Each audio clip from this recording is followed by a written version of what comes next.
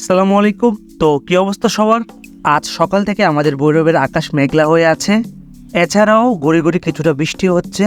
যাই হোক, আজ বিকেলে আমরা বন্ধুরা মিলে এই মেঘলাময় আকাশকে উপেক্ষা করে চলে এসেছি রুটসাইড বার্গারে।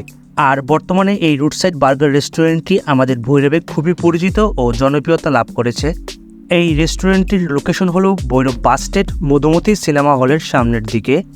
রেস্টুরেন্টটি একেবারে খোলামেলা পরিবেশে আছে, তবে কিছুটা ক্রাউডেড এরিয়াও ছিল, কারণ এই রেস্টুরেন্টটি ভৈরব বাস স্ট্যান্ডের পাশে। এছাড়াও এই রেস্টুরেন্টে অলওয়েজই কাস্টমারের অনেক ভিড় থাকে।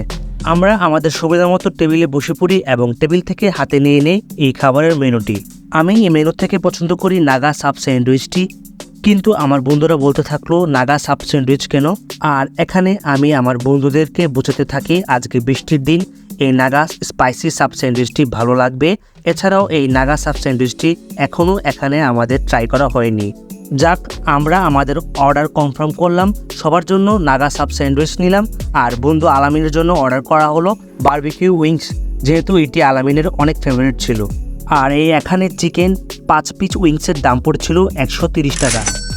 এই রুটসাইড বার্গারের যে বিষয়টি আমার কাছে সবচেয়ে ভালো লাগে সেটি হলো তাদের লাইভ ফুড মেকিং প্রসেসটি।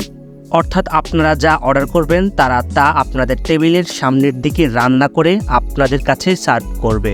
এখানে ফুড অর্ডারের পর পেয়ে যাবেন এরকম একটি গ্লাভস, আর এই গ্লাভস আমরা আমাদের হাতে পরে আমাদের নাগা সাব স্যান্ডউইচ খেতে একদম প্রস্তুত।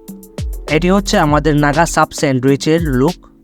বাইরের দিক দিয়ে ফ্রাইড ব্রেড ও ভিতরে চিকেন, মেয়োনিজ ও ভেজিটেবলের একটা জুসি কম্বিনেশন। এই সাব স্যান্ডউইচটির কোয়ান্টিটিও খুব ভালো, একজন খেলে তার পেট ভরে যাবে।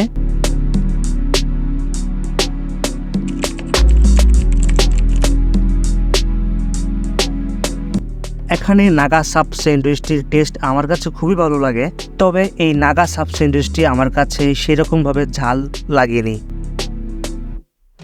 এখানে আমরা আমাদের খাওয়া দাওয়ার সাথে আড্ডা দিতে থাকি আর এই গাছটির কাঁঠাল চিহ্নিত করে যাই নেক্সট টাইম খাওয়ার জন্য। আমাদের খাওয়া দাওয়া শেষে আমরা এখানে কোল্ড ড্রিঙ্ক অর্ডার করি। কোল্ড ড্রিঙ্ক হিসেবে আমরা এখানে পাই কোকা-কোলা জাতীয় এই ফানটা। যেহেতু এখানে মজু কোল্ড ড্রিঙ্ক ছিল না, তাই বন্ধু সুদীপ বাইরের থেকে আমাদের জন্য নিয়ে আসেন এই মজুটি। আর absolutely we love and support ফিলিস্তান। আর আপনারা মেক শিওর মজুর স্টিকারে কিউআর কোডটি স্ক্যান করবেন।